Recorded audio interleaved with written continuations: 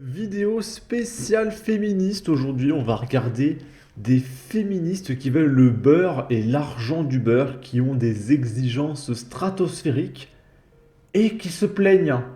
Et c'est très très très rigolo. Là, c'est le théoricien qui partage. Franchement, il faut se remettre en question. Et donc là, c'est Nana qui a divorcé 3 fois, qui a 36 ans, qui n'a pas d'enfant. Et elle explique qu'elle veut un homme beau, musclé, indépendant, riche, qui paye tout parce qu'elle veut rien payer. Vous allez voir, c'est absolument merveilleux et je pense qu'elle finira toute seule. 36 ans et je me suis mariée 3 fois. Les gars, vous avez trop pris cette vidéo comme une invitation à la candidature. Donc je vais jouer le jeu et je vais vous faciliter la tâche. Alors déjà, ne m'écris pas si tu n'as pas de situation stable. Je pars du principe que si tu arrives à un certain âge et que tu n'as pas de travail stable, que tu n'as pas une situation stable, que tu n'as pas construit ton petit cocon de manière pérenne et sereine, j'ai rien à faire avec toi. M'écris. Alors, tu as 36 ans. Normalement, à 36 ans, tu as déjà une vie stable, tu as déjà des enfants, une vie de couple, etc. Donc si tu cherches quelqu'un à 36 ans, c'est quasiment forcément quelqu'un de pas stable. D'accord? Parce que c'est pas normal de divorcer 3 fois à 36 ans. Donc toi-même, tu n'es pas stable. Pas si tu es un fils à maman. Pas Si si tu tu es attends manqué, après pas moi de pour fils lancer à une maman. machine, te faire à manger ou plier ton linge, toi et moi, ça peut pas coller.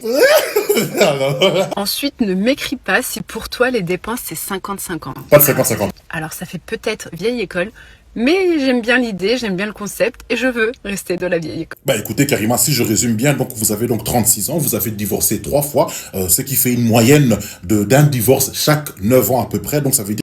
Alors, il se trompe. Parce qu'il faut prendre en compte que ta vie d'adulte commence à 18 ans. Donc si elle a 36 ans, c'est qu'elle a divorcé 3 fois en 18 ans. Parce que 18 plus 36 égale 36.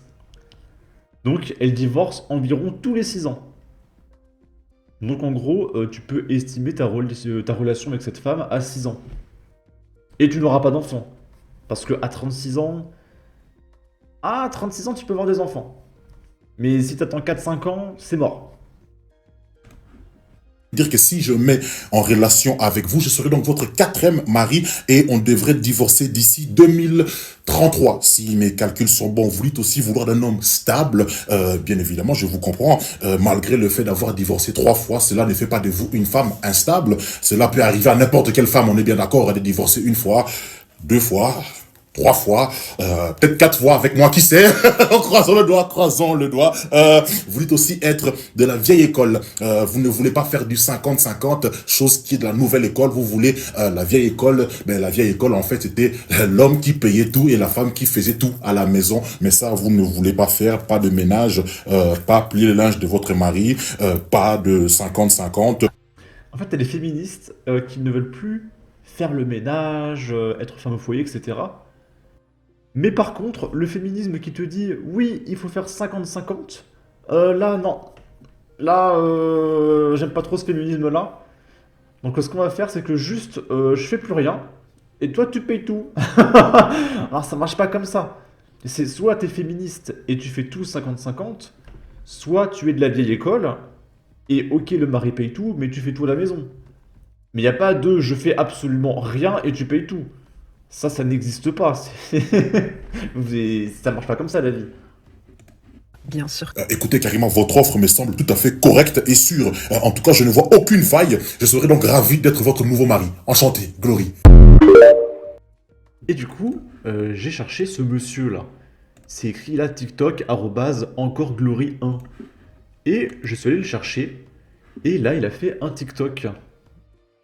Mesdames, mes chéris, mes nanas, mes sœurs, mes cousines, mes daronnes, mes mères, j'ai une truc. Quand vous payez vos factures, quand vous payez votre maison, quand vous payez votre électricité, quand vous payez vos habits, quand vous payez votre voiture, quand vous payez votre crédit, mesdames, mes chéris, quand vous payez tout cela, ça ne fait pas de vous une femme indépendante. Tcha tcha. Ça fait tout simplement de vous des femmes responsables qui font des choses d'adultes.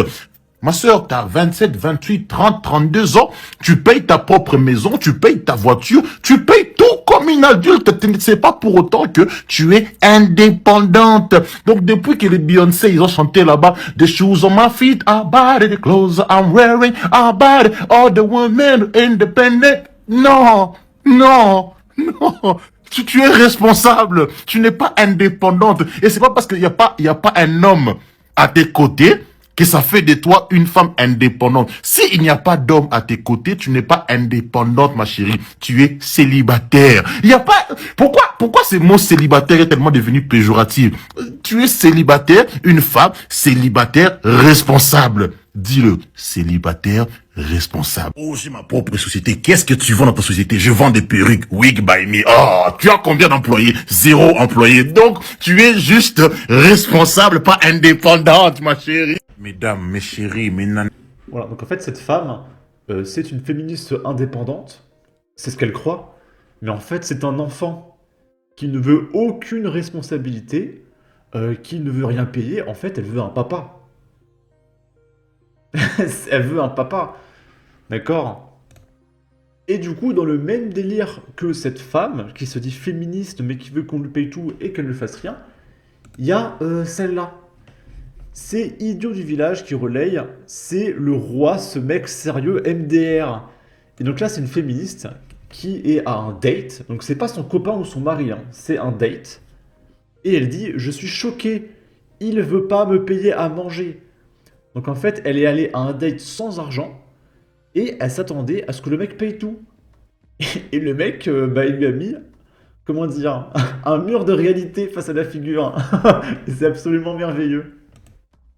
Bon, alors là, je suis choquée, mais vraiment choquée. Alors, je suis actuellement en date avec un mec et il est en train de manger devant moi et il veut pas me payer à manger. Regardez, genre moi j'ai rien, je suis en train de crever la dalle, il tape et il me regarde dans les yeux et j'essaie de lui piquer une frite, il veut pas me la donner.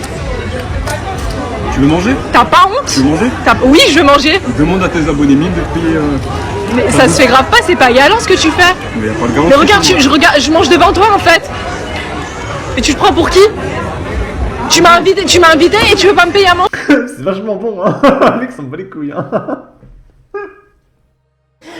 Je pense que le mec, il l'a mal pris. Il a dit, c'est quoi cette nana?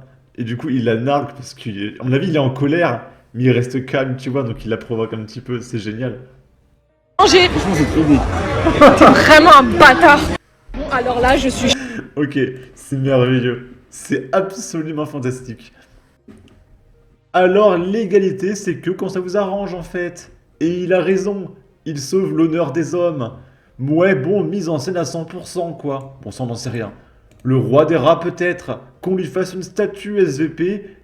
Bref, en tout cas, n'hésitez pas à donner votre avis, votre opinion, à partager, liker, commenter. Ça aidera au référencement de la vidéo sur YouTube. Abonnez-vous, suivez-moi sur Twitter.